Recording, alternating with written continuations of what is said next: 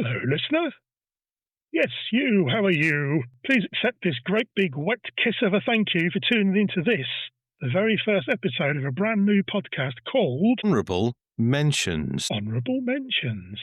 In this podcast, myself and my real-life brother, we've not made him up for showbiz purposes, he is my real-life sibling from the same mother, it's Neil. Hello, Neil.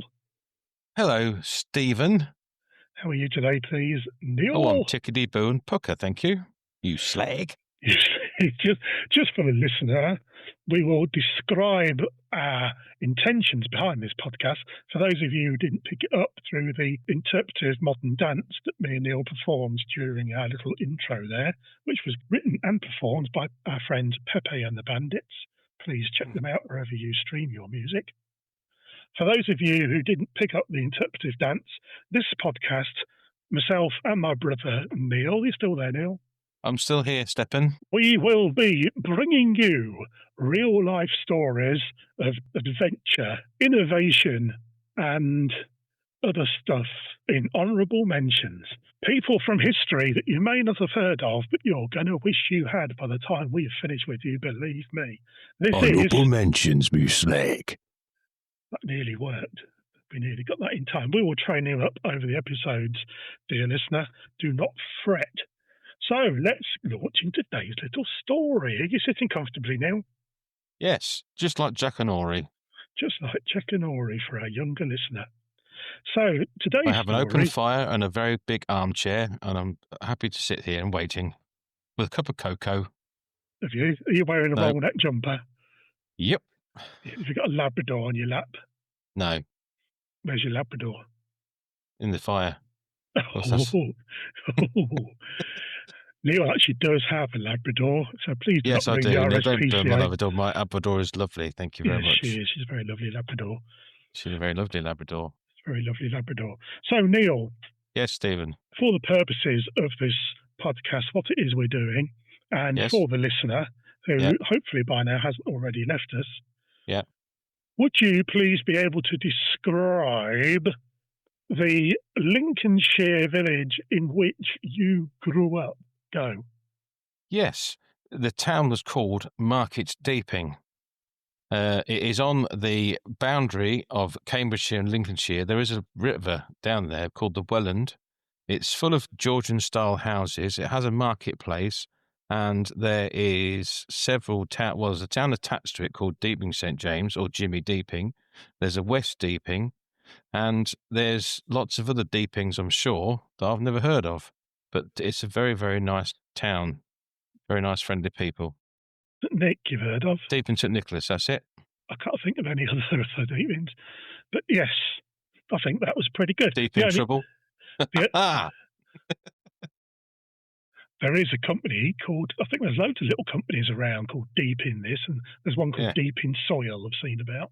There you So go. little advert, if you do want to sponsor us, please feel free, or to send us some soil samples. Save me producing my own in my underpants. Yes, Market Deep, and the only thing I would pick you up on there, Neil, would be, you said Georgian-style houses, whereas Yeah. a lot of them actually are Georgian houses. Oh, from, okay. from the Georgian period. That's what the listener needs to be imagining here. Okay. So, yes. So, do you know, seeing as you are deep in born and bred, Yeah. do you know anyone called Gamaliel Ratsey, please? Ratsey. Wasn't he someone on Blue Peter? No, you're thinking of Bernard Cribbins Oh, damn. Then in that case, no. or Shep. Yeah. What was the other probably. guy's name? He used to do Kickstart, someone pervert. It was Peter Dunlop or something, wasn't it? Something like that, was it? I don't know. Peter Purvis. That's him. Yes, anyway, it's none of those people. Gamaliel Ratsey was born sometime in the late 1500s, so probably just o'clock-ish. before 4 o'clock, yeah. Yeah. In the Lincolnshire Fenland village of Market Deeping, of which we've already discussed. And Yeah. you've painted a lovely picture for our listener to be able to close their eyes and imagine just what we're talking about. Yeah. So old Gamaliel was one of several children born to Richard Ratsey, who was described as a nobleman and a well-to-do gentleman. Was he paparazzi? He'd have been paparazzi, wouldn't he? He would have been the paparazzi. Was he a journalist? That's why we keep him around, listener. So Was he a journalist? those little quips. Well, Neil, I've already said he was a nobleman and well-to-do gentleman. Well, he wouldn't be a journalist then, would he? He wouldn't be a journalist, would he? No, he'd be scum, he'd be slag, and have a pencil behind his ear. Unfortunately, we have no record of Gamaliel's mother's name, despite her part in his story, which we are going to now unfurl. I like that. All the young Ratseys received a good education, and Gamaliel was recorded as being an excellent scholar. So he's a very good boy. He couldn't have gone deep in comprehension then, could he? I don't think he would have gone to deep in comp at that time and come out an excellent scholar. No. He'd have probably come out with a, I don't know, what do they call them these days? Prison sentence. Yeah, that's it. He'd probably come out with a prison sentence. Yeah. Anyways, there was Gamaliel, right, and he's an excellent scholar, but somewhere during his teenage years, he went a bit awry. Awry? Awry, it's another good word, isn't it? This is a good word, yeah. Yeah. He became bored. He became bored of academic life and left Market Deeping far behind to enlist. Well, I'm about to say, if you stop interrupting. Thank you. To enlist in the Earl of Essex's regiment. Is that how you say it? That's it was pronounced, or the regiment of the Earl of Essex is probably the easier way of saying it. Yeah, it would have been, wouldn't it? It would have been. I should have probably gone for that. Yeah, never mind. This was most probably... We live and learn. We do live and learn. This is the first episode, listener, so if you're still there, thank you. It was most probably a deliberate choice from Gamaliel because the regiment of the Earl of Essex, see what I did there? I turned it, didn't I? So I could pronounce it easy. I'm getting more professional as I talk. It's probably a deliberate choice so you could see immediate action in Ireland. Ooh, that sounds exciting. You heard of Ireland? Yes, I have, yes. There's loads of them. No, that's an island. There's Falkland Island. Yeah, that's Ireland, Island. Yeah. Island in the sun. This is Ireland, as in era, as in the country over the way there to our west. To the west. Oh, I know what you mean now. Yes. Yeah. Sorry. You've got that? Yeah, I've got it. Yeah, I got confused. So that's where he's gone, right? Yeah. And he's gone there because King Henry VIII. Do you remember Henry VIII? I do. Yeah, big fat ginger man. Big fat ginger man. He established the Kingdom of Ireland in 1542 as an English dependency. So he's gone. What? Well, he's gone over there and said, "Well, you can't have that anymore. That's mine now. Yeah. Put that down, please. Put it down. That now belongs to me." Yeah. So that's where we are. Yeah, because we are the good boys of history. We've often done that sort of thing, and we go around and we scatter the place with rose petals and pound coins.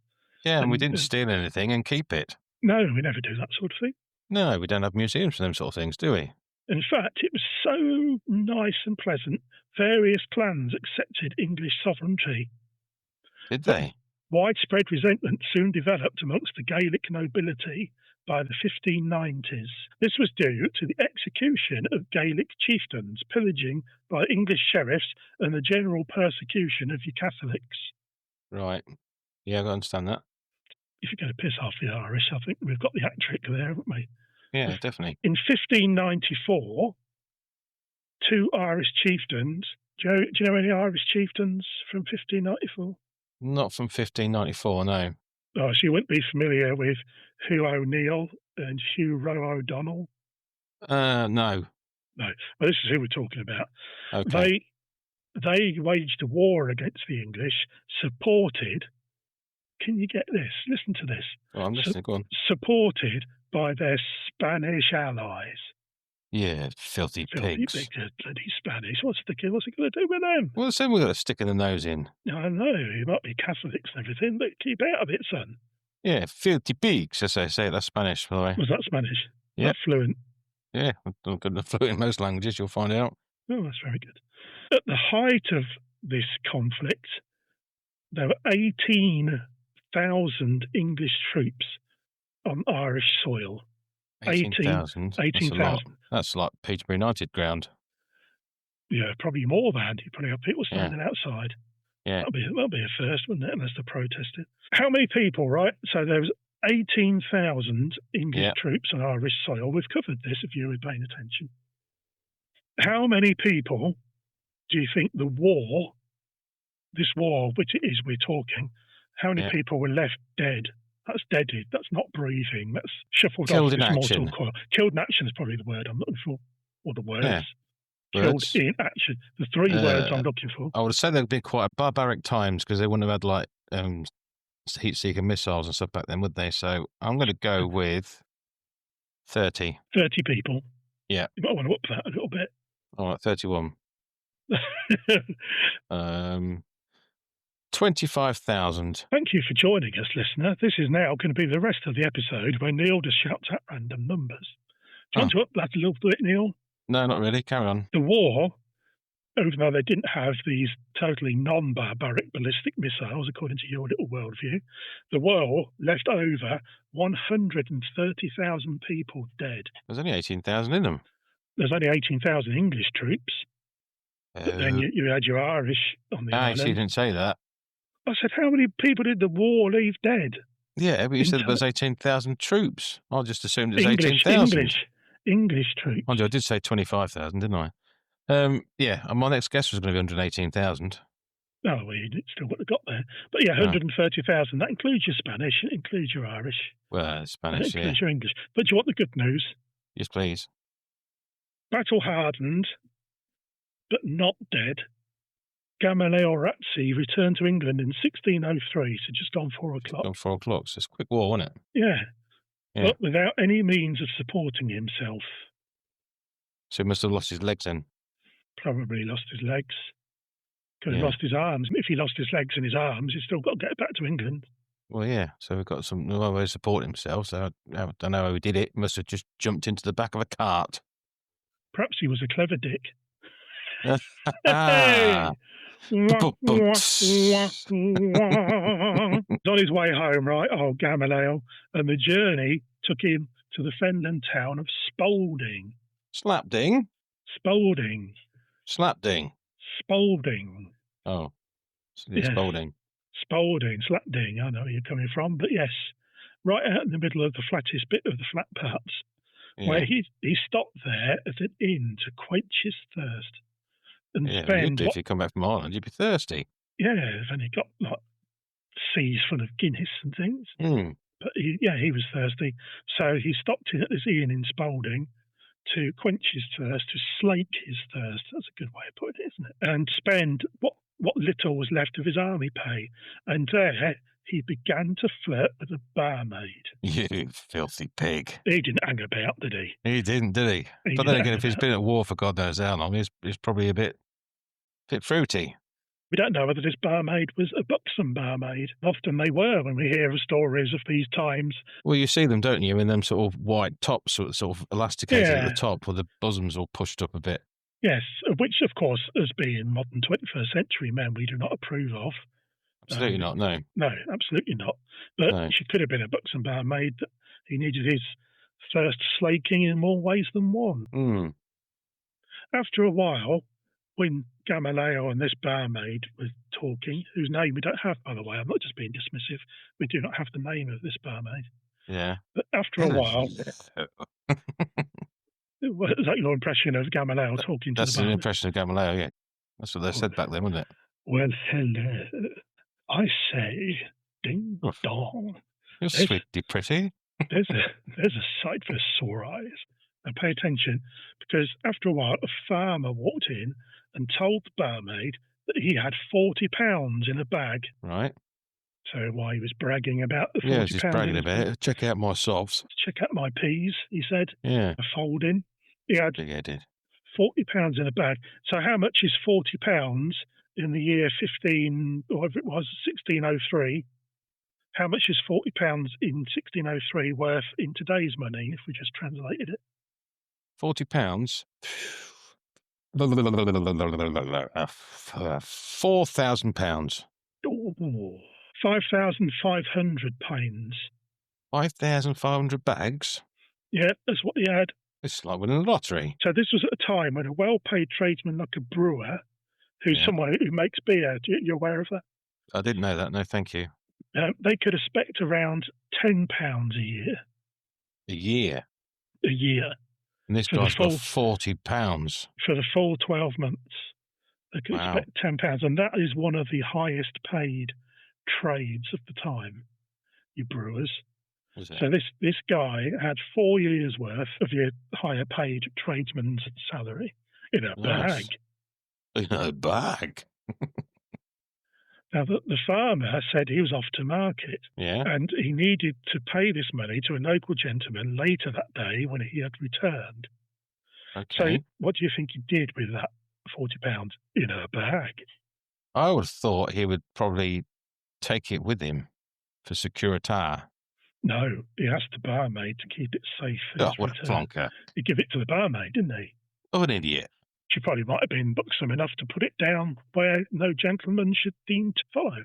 You don't know. Do you think it might have been an Asda bag or something a bit more substantial? It was a bit of a substantial bag, but surely you wouldn't think to yourself, do you know what, I'm going to leave it behind the bar in the pub. It'll be safe there. Well, let me continue a little story. Because when the farmer left, Gamaliel and the barmaid got back to their flirting. Hello. The second her back was turned, Mm. what do you think he did? Looked her ass. No. Well, Oh. yes. But what do you think he did next? Checked out her bottom. What did he do? Helped himself to a drink. No, he snatched up the heavy bag of coins and made a hasty exit. As you would. As you would, Gamaliel's out on his toes, mate. He's had that. Yeah, I'm having that sunshine. He's seen that bag of It salt. wasn't traceable. They didn't have CCTV back then either, did they? So it had been in the clear. No, all your die packs on your notes. Arriving back home in Market Deeping, which is where we're from. We originated from, yes. Me and my brother Neil, we're still there. Yeah, I'm still here, thank you. Bonjour. That's French. Told you. You've got all the languages. Hello, Neil. Hey up, Steve. There you go, you even do Yorkshire.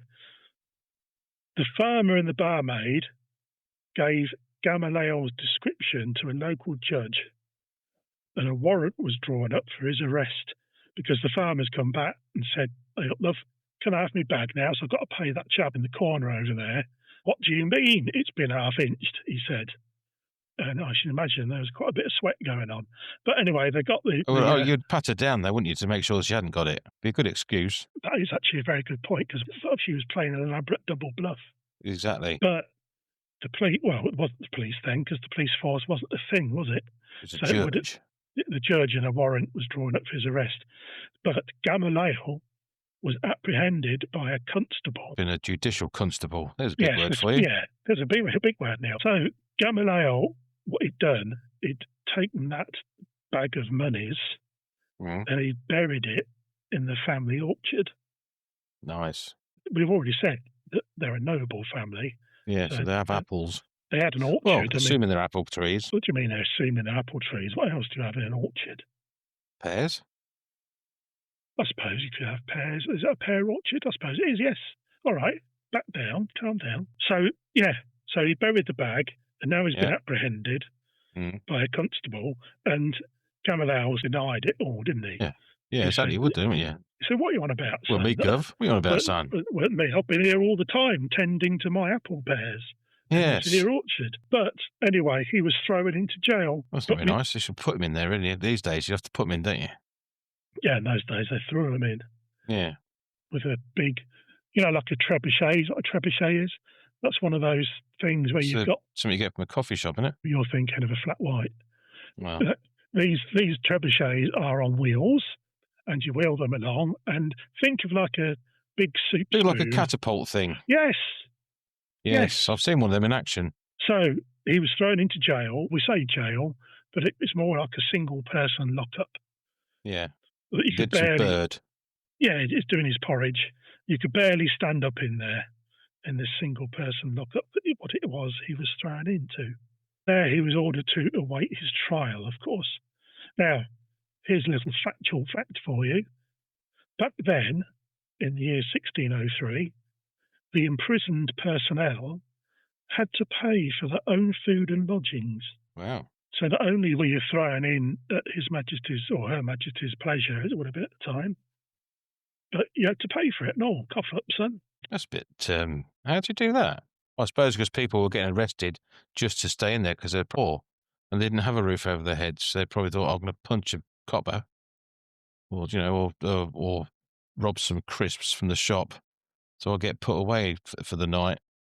So that's why they made him charge him, because otherwise people would be doing that, wouldn't they, Stephen? How does that work? Because if you're poor and you have Well, I'm no saying money, is, because if you don't, I'm saying that's probably why they bought in the you have to pay for your own accommodation, Stephen, because otherwise there'd be lots of people who didn't have anything that would do things criminally to be arrested, so they get put away in prison and have food and drink, etc., etc. So they probably thought, no, do you know what? I'm going to stamp on this now, people. You're going to have to pay for your food and drink if you go into prison. There you go. right? Okay. What if, right? So we've got old Gamaliel, and he's skint. We know he's skint because he spent all his last pennies on his beer with his buxom barmaid friend, and he nicked her money. What it is, he's buried. So my question was going to be, what do they do in that instance? Right, that's 20 bags you owe us, mate. Sorry, I haven't got any money at all. Oh, well, in that case, what are you doing here? Out you go, son. You can't stay here. Out you go, hanging around here awaiting your trial or fancy. You can't afford it. Get out. That's true. Yeah. It's true, yeah. So it backfired on them, didn't it? So we don't know what happened. I don't really see the point in that. What Gamaliel did, of course, as you would do, he went to his mum, didn't he? He sent for his mum. Mum. That's what everyone does. So when his mum came to visit, Gamaliel confessed and told her that he'd buried the money in their orchard and asked her to bring some. Now, as we've seen, the Ratseys were a family of social standing, and now they're aware that there's a load of hooky bags in their orchard buried under the ground, full of money. What do you do? Belong to them. What do they do? So guess what they did? I'd say they spent it. No, Mrs. Ratsey told Papa Ratsey, who went running straight to the authorities. Well, there you go. That's a paparazzi for you, isn't it? What a pillock. He grassed him up, he did. What a rat. See. The Mrs. R, she told her husband, he went to the whoever it was, and they dug up the coins. So Gamaliel at this point knew that he was done for. Yeah. He knew he was stuck inside this tiny little brick-built cell with no apparent way out. Crying, probably because his parents let him down. Our listener might not know Market Deeping, the Deepings, as well as we do. And you referred earlier, Neil, did you not, to Deeping St James, erstwhile named Jimmy Deeping. Yeah. Now, in Jimmy Deeping, there is a landmark, is there not? Yes, there is, at the cross. Jimmy Deeping Cross. And what was within that Jimmy Deeping Cross, Neil? Please, thank you. There's a little building, Stephen. I believed it was a little prison. Am I right? It was a little prison. You are right. Was Gamaliel in there? Well, we don't know. I don't know. I don't think that's old enough. But Let's have a look. That's the kind of thing. So it's a little tiny lockup in the middle of the village that only one man will be able to fit in. And there he was. People walk past and spit in it and go, criminal scum. Probably take a little whittle through the bars or something like that. Yeah. Smell that, you pig. No. So stand outside and call them an idiot because they can't come out and get you. Well, you say that. That's a very good point there, but you say that because there he was thinking, I'm done for, in this tiny little cell that has no apparent way out. But he did. He escaped. Did he? He escaped. Good man. Well, not good man, but well done. So here's another interesting little fact. I'm full of them, aren't I? You are, yeah. Full of something. Here's another interesting little fact, right? Gamaliel Ratsey, do you remember him? Yeah. He was the first ever person to be the subject of a true crime genre. Wow. Does that mean like an Inspector Morse thing? No, because they were made up stories. Were they? It means, yes. Sorry, Neil. Sorry, I should have broken that a lot more. Yeah, be a little bit gentle about that, thank you. You can stop writing to the Home Secretary now. Yes, they were just made up stories, as was your Poirot and your Starsky and Hutch. Oh, stop it. No, Starsky and Hutch, Steve, come on. That was real. But your real crime stories, like your Jack the Rippers and your Cray twins and those sort of people, he was the first ever person to be the subject of such a true crime genre book, or however, pamphlet. It probably would have been. Pamphlet, I would have thought it had been, yes.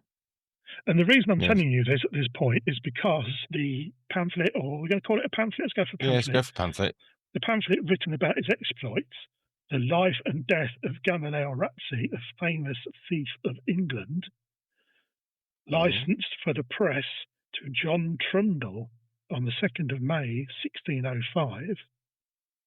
And in this retelling of Gamaliel Ratsey's life story, it says of his incarceration in this tiny little brick-built cell with no apparent way out, that he escaped out of a very narrow passage in his shirt. I beg your pardon? He escaped out of a very narrow passage in his shirt. A very narrow passage in his shirt. Probably the sleeve. Well, it's got to be, innit? I mean, how Yeah, else? but how did you hide through a sleeve? Well, I how'd you don't know. hide? I'll have to check my shirts. I don't think I've got a narrow passage. Well, I have, but not in my shirts. Well, if anyone is listening to this from HMP in Dartmoor... I'll check everyone's shirts out. Yeah, I'd look at your shirts. Yeah. They make them wear T-shirts now, though, don't they? They're probably caught That's on. why. They've caught on, too haven't many they? too many people escaping out of a Too small... many people just put it on their shirt in the mornings. Right, it's Fletcher. Yeah. Fletcher's off on his own, mate. He's done a runner. He's done one on his toes. He's gone through his shirt. All we found is his shirt. Yes, so after escaping the narrow passage in his shirt, Gamaliel stole a horse, which at the time was like death sentence if you stole a horse. But then he's got nothing to lose, has he? Because he's got no home to go back to now, has he? Because his mum and dad let him over. So he's probably thinking, well, sod it, I'm going to live it up now. Might as well go for it. He's a free spirit. He's dipping. Yes, do it. Let's do what I wanted to do. Dipping his gravy, isn't he? Yeah. He's well dipping in there. Dipping his bread in gravy. Dipping his bread in gravy. So he stole a horse and made his way to... I was quite liking him. He stole a horse and he made his way to Northamptonshire. What an idiot. What for? He probably thought, I'm at the lowest point. I might as well go and live, I might as well live in that. Yeah. What the hell did he go to Northampton for? This is where he fell in with a couple of ne'er-do-wells. A criminal called George Snell. Mm. Not smell, as in, what's that? Yeah, George, you stink. But Snell, as in N for November. Neil. N for Neil. Hello, Neil. N for Neil. So, yes, so he met his fella, a career criminal called George Snell, and a childhood friend from Market Deeping.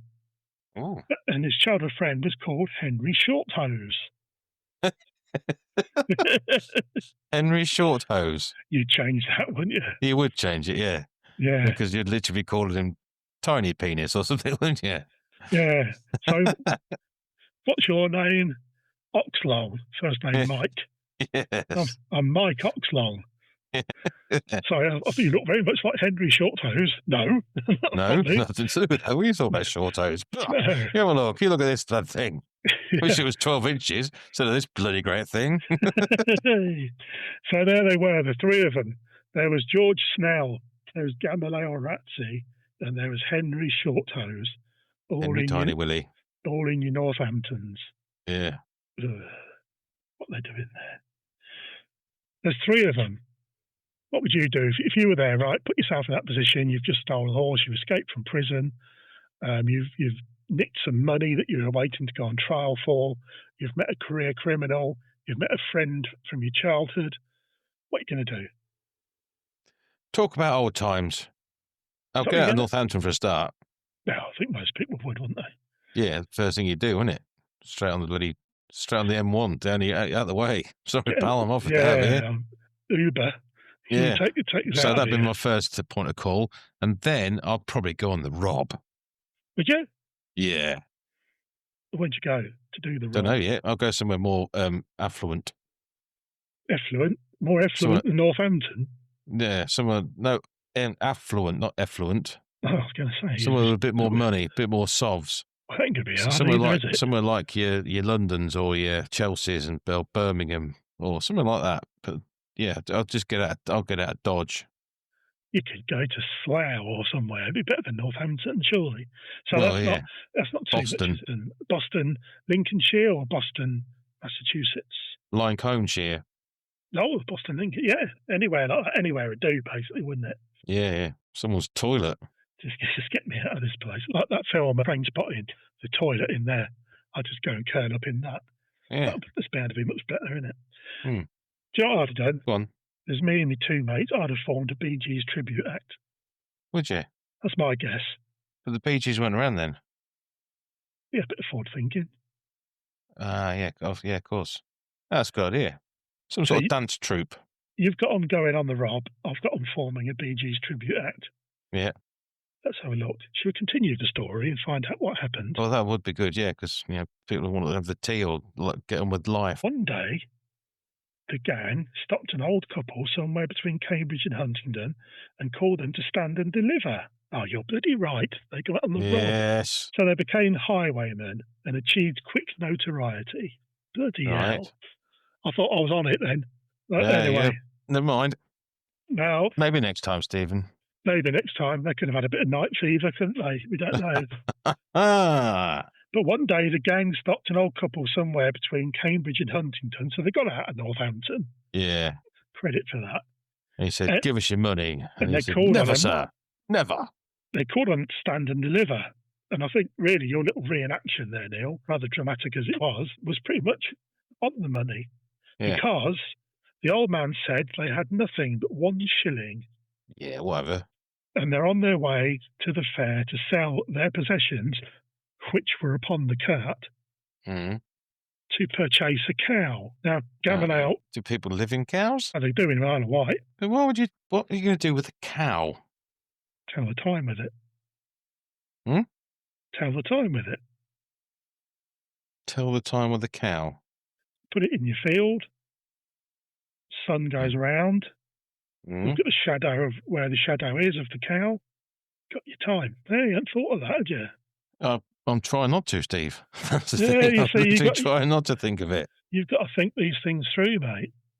But how do you know where the first point of time is? I don't know, but it's not utterly ridiculous.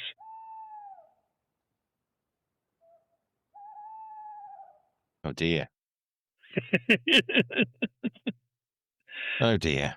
I'm sorry, listener. Sorry. Really sorry about this. So, Gamaliel, is he going to go for this? Is he going to think, 1 shilling? Yeah, right, mate. Yeah, show us your loot. Come on, empty your pockets. Empty your pockets, which they did. And they weren't pulling his chain, were they? It was right. They did only have 1 shilling.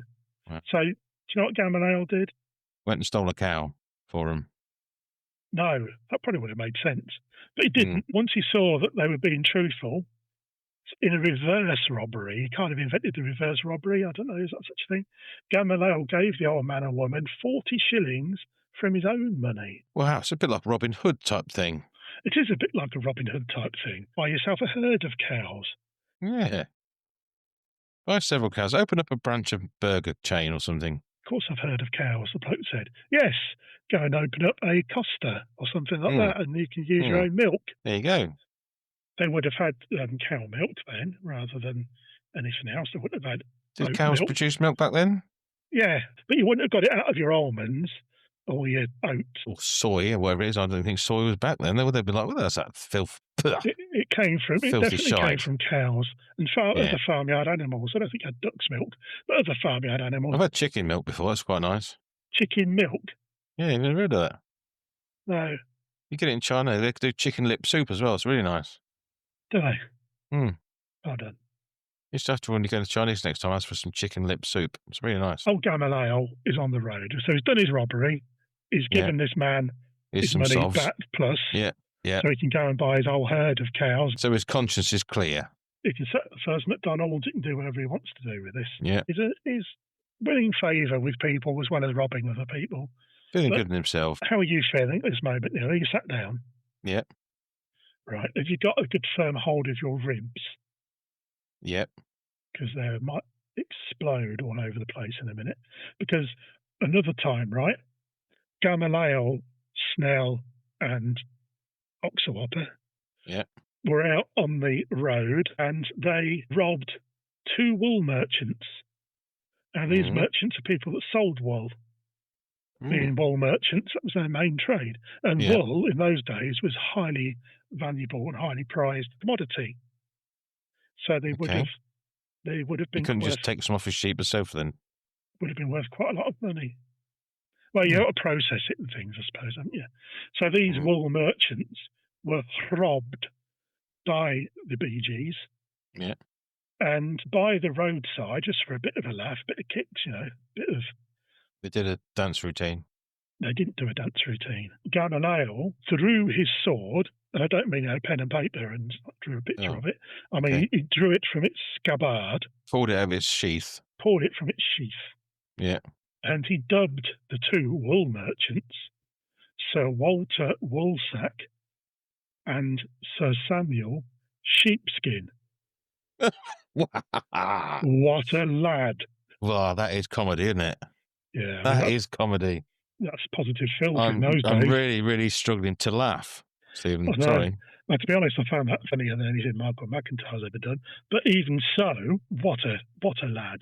And on top of that, he robbed them of 40 of your pounds, which we already know is about 5,500 quid. Yeah, so he's doing all right. He also took to wearing a mask described as having hideously repulsive features, rather like that one you're wearing. Yeah, this mine's a mask. Is it? I can take mine off. Go on then. I don't want to. Yeah, exactly. Thanks to a scholar called Gabriel Harvey, young Ratsey became known as Gamaliel Hobgoblin and was definitely the celebrity of this trio of highwaymen. Oh, he was the front man. He was the front man. He was Barry Gibb. So there was old Gamaliel Hobgoblin, as he is being referred to now. One day, Ratsey, or Hobgoblin, Snell, who was your career criminal, and Shorthose, who's Mike Oxlong, Oxlewhopper, yeah, as is going by now, learnt about a gentleman who lived near the town of Bedford and had recently come into possession of 100 of your sterling pounds. Yeah. Why would you do that? Make it all sticky? I said come into possession of. Oh, sorry. He didn't come into £100. Now it'd be okay because you better wipe it clean, allegedly. Not off. Plasticky thing, isn't it? It's probably a treasonable offence. So we know £100 is a sizable sum, don't we? We know that because I would say it's about 25 bags. If £40 don't worry about is 5,500. Yeah. I'm about right, Steve. It's 11,000. I reckon it's about 15 grand somewhere around. No, I'm closer. Let's not work it out though. Okay. It's a very sizable sum, as we know. A lot of money. It's around the income of a wealthy country gent of the time. So the three decided, of course, I want that. We want that. And we go and rob the gentleman's house. So what would you do to rob a house that you know has got 100 inside it that you want? I'd break in and take it. I'd knock on the door and say you were a travelling Bee Gees tribute act, and would they like a performance of Staying Alive? Get your way into the house that way. But they did neither of these things. Right. What they did, they staked out the house. They watched it. Putting little wooden bits around it. Yeah. Stop them coming out. Yeah, with some cuts of beef hanging off them. So there they were. You better now? Yeah, thank you. Good. There they were, hidden away. I lied. There they were, hidden away, biding their time. And then, all of a sudden, the gentleman of the house, his brother, came bursting through the gates upon a horse, riding out with this money in a bag. They like their bags. In a bag? They like their bags, didn't they?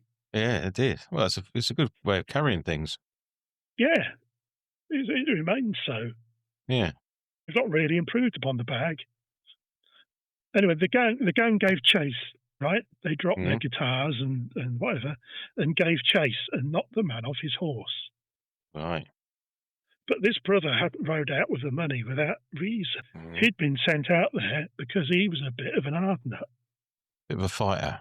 A bit of a fighter. He was a little bit worried, a little bit wild. Yeah, bit dodgy geezer. He could swing his fists, this fella. Had Love 8 tattooed on his hands. He did. How did he know that? That was the next bit I was going to read out.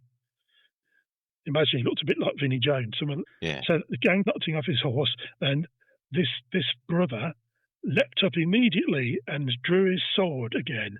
And again, not with pen and paper. No. Okay. Drawing it out of his scabbard. Whipped it out of his leather slot. Yes. He whipped it out and waggled it around in front of them. and he began sparring with Gamaliel, and he injured him badly. Ooh. George Snell came running up and grabbed the man from behind, but he would, wouldn't he, George Snell? He would do George Snell, He's a career criminal. He's lucky that Henry Shorthose hadn't grabbed him from behind. Yeah. Who knows what could have happened? But Henry Shorthose then come windmilling his way into it, didn't he? Yeah. Do you want some? Do you want some? Do you want some, mate? Do you want some? Yeah, that's it. He's getting involved with the ruck. He joined the fight, and now this man starts to take a bit of a beating. And the gentleman's brother gave up the money. Was his name Ronnie Pickering? The gentleman's brother, yeah. Do you know who I am? Yeah.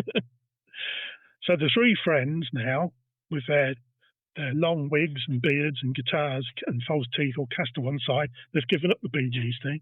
Yeah, because they would do when they got all that money. They've got all that money now. So they made off and parted ways and agreed to rendezvous in Southwark, which is in London, a few weeks later. There they would divide this booty between themselves. So who took the money, please? Well, that's a very good question, I'd think, as well. Because what would you do? You've got three criminals there. Who'd you give See, what I would to? do, I'd split it into three and then arrange to meet up so then they could just talk about it. Yeah, but why would you meet up if you've already got it in threes? Well, exactly. So why don't they just split it in three? Well, it's not exactly people are going to be there chasing them, is it? They're not going to have the law with the lights flashing and going on the back of a horse. Ooh, come here, you fiends. I'll have time to count it out, surely. Anyway, that's what I'd do. Yeah, they want to lay low, wouldn't they? And where do they go to count out this money? And do they trust the others while they're counting it out? What if you were counting out the money and old Snell, being a career criminal, decided to whip out his pistol and shoot you dead? It's their decision, it's their money, they do what they like with it. So there they were, right? They hadn't met up in Southwark yet, but they were down in London ready to meet up. And speaking of George Snell, he was only caught trying to nick a horse in Duck Lane. Oh, yeah, Duck Lane, yeah. We've already said, didn't we, that stealing a horse is punishable by hanging. It's a deadly offence. Yes, deadly offence. Deadly offence. He was in right bother, was George Snell. So when he was taken before a judge, Snell pleaded for mercy. Right. He said he was just trying to change the registration plates on it and said he could give the authorities an even greater prize if they let him off. You dirty pig. And guess who this greater prize was? It was the Bee Gees' clothes. No, it was they had left. Gamaliel Hobgoblin. What? The most notorious highwayman in England of the day. What? Yeah, his mate Snell had grassed him again. So he's offering to give him up. And so I tell you what, if you were one of them police constable judgy people, you'd have a semi on, wouldn't you, with this sort of news? Well, what Snell did, he only went and gave them the address where they could find Gamaliel Hobgoblin. So he too was arrested and taken to Newgate Jail. Yeah. Newgate was notorious, wasn't it, at the time? Now yes, it was, yeah. It's on the site of what is now the Old Bailey. Yeah, it's better because they changed the gate, didn't they? Because other people were getting through it beforehand. Were they? Yes, that's why they called it Newgate, because they changed the gate from the old one, because the old one was wearing out a bit. Bit of history for you there, Stephen. There is an old gate in London. Yeah, that's it. They've moved it. All right. Okay, well, Thank you, Neil. Thanks for that. You're welcome. I feel a better person. If you were paying attention, you've got Gamaliel Hobgoblin, Gamaliel Ratsey. Still on the run. He's in the nick, isn't he? Oh, yeah. You've got Snell doing some service. So you've only got Mike Oxwhopper now. Exactly. He's still out there, isn't he? Oh, Henry Shorthose was still at liberty. So what do you reckon Henry Shorthose did? I would have said he'd have found the money and then run away. No, I wouldn't have gone to Spain because they've already had a fight with them. I'd run away to somewhere abroad. What Henry Shorthose did, having heard about the arrests of his friends, he only went in to Newgate Jail in disguise. Ooh. Was he? Did he take a shirt in with him? Oh, that's a good idea. He could have done, couldn't he? He could have just took a shirt in and said, climb inside that quick. Yeah. A narrow passage just up the left sleeve. Yeah. And then you go down a slide like you're doing Jamie and the Magic Torch. Yeah. And landings at a ball pit in Ipswich. Yeah. Yeah. That's what he did. Let's have a look. And he was arrested. He was putted out by the jail keepers and arrested as well. Disguise then, wasn't it? It must have been, yeah. I reckon he went. like the back end of a pantomime horse or something. Yeah, or They perhaps could still see his face. just stuck a fake. Perhaps when he went back and got some of the false teeth from the Bee Gees thing and thought that will do it. That'll do it. I'll go as Barry Gibb. But anyway, he was done. He was in there and all now. He was in there as well. What an idiot. What an idiot. Nice rescue plan, Henry, they said. With your short hose, maybe you could dangle your penis out the window and climb down that. Oh, no, we can't. Henry's short hose. Yeah, dig. So the three of them were then moved to Bedford for trial and sentencing. At Bedford, Gamaliel somehow managed to free himself from his irons. They were clapped in irons. They used to do that in those days. They used to put Did they have to give them a round of applause when they put them on? They used to put them in irons and give them a round of applause. They put them on, there's big people like a ring of people around them having to give them a round of applause when they're doing it. Yeah. Oh, that's where it comes from. That's where it comes from. So, yeah, he was clapped in irons, but he still somehow managed to escape. Hey! Why? Probably because he had a shirt on. They probably left him in his shirt. Yeah, idiots. He was thwarted, though. So although he managed to get out of his irons, he couldn't get out of Bedford prison before they recaptured him. Boom. Good news. George Snell, that snake in the grass, he never did obtain the reprieve that he wanted. Good. As all three notorious criminals were found guilty and sentenced to hang on the 20th of March, 1605, 4:05. Plenty time to do it. This whole thing only took 3 minutes. You wait for people to finish work, wouldn't you? If they want to watch it or something, or put it on TV. Well, there was a good crowd there, by all accounts. Well, they must have got a day off, maybe, to go and watch it. Yeah. So here, within the confines of Bedford Jail Yard, Gamaliel Ratsey, Gamaliel Hobgoblin, same fella, if you remember. Fella, yeah. He performed one final theatrical, crowd-pleasing act. Did he sing a Bee Gees song?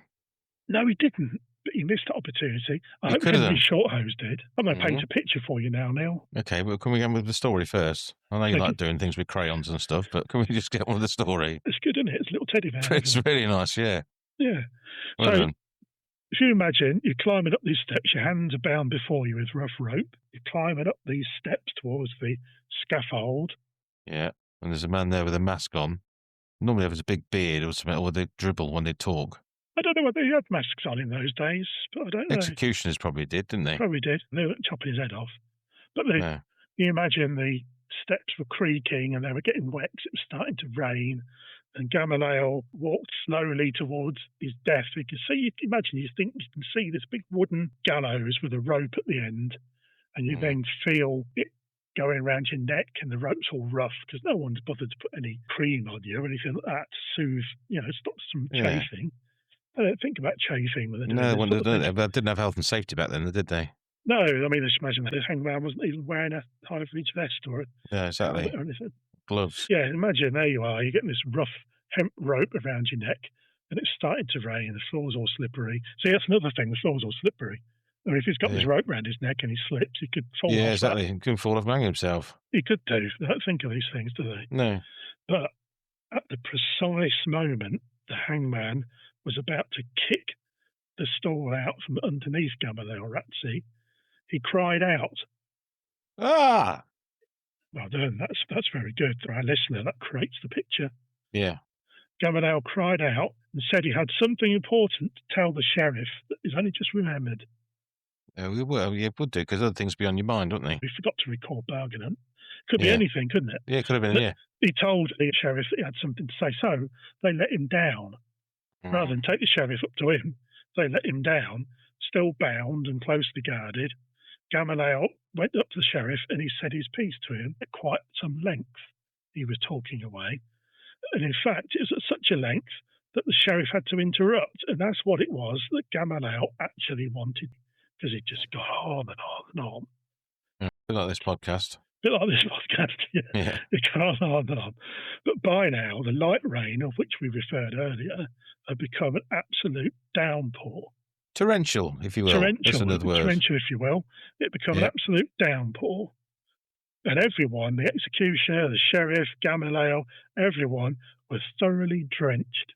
Yeah, and he's probably thinking, just get on with this bloody thing, will you please? And do you know what? That was all Gamaliel wanted.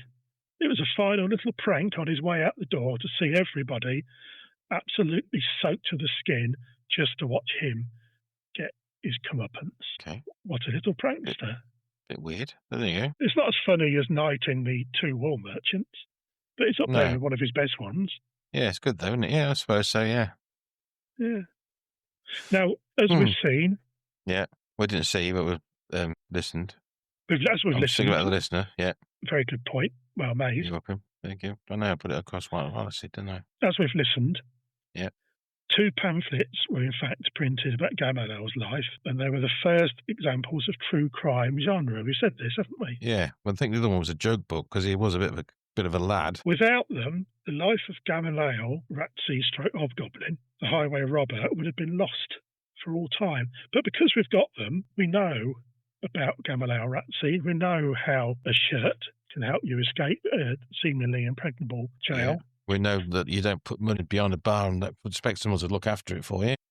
We know that if you go to Northampton for any reason whatsoever, the best thing is to get out quickly. And we know that you don't make much money out of a Bee Gees tribute act. No, you're far better off going on the rob on the highway. Yeah. So you guessed that one right, so fair play to you.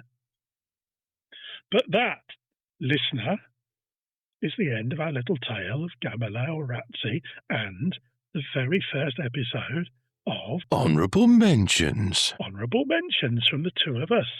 My name has been Steve. Your name has been... Neil? Hello, Neil. Hello, Steve. Thank you, listener. Thank you very much. Thank you, listener. Thank you very, very much. And you hang up. No, you hang up. The great big wet kiss of a thank you has now developed into more of a sticky finger Snob. of a thank you. Smelly finger. Smelly finger? Yeah, smelly finger of a thank you. Thank you very much, listener, for your time. Why are you sniffing your finger now, Stephen? Please tune in next time as we will be recanting another fascinating story on Honourable Mentions. And we will be leaving you now. Bye. My name is Arnie. I'm a good friend of the boys. I want to thank you for listening to Honourable Mentions. We really value your kind support. Please like, subscribe, leave a 5-star review, and ask everyone you know to do the same. If they won't, my advice is to stalk them relentlessly until they do. You can email Honourable Mentions directly at honourablementionspod@gmail.com. That's all one word, and honourable is spelled the English way with a U. Remember that. It's very important. The whole thing is an Uncover Brothers production, researched by my good friend Stephen Webb. And it contains 100% unscripted bullcrap without any additives. The theme is written and performed by Peppy and the Bandits. Go and give them a listen wherever you stream your music. And you know what? We'll be back. Hasta la vista, baby, etc.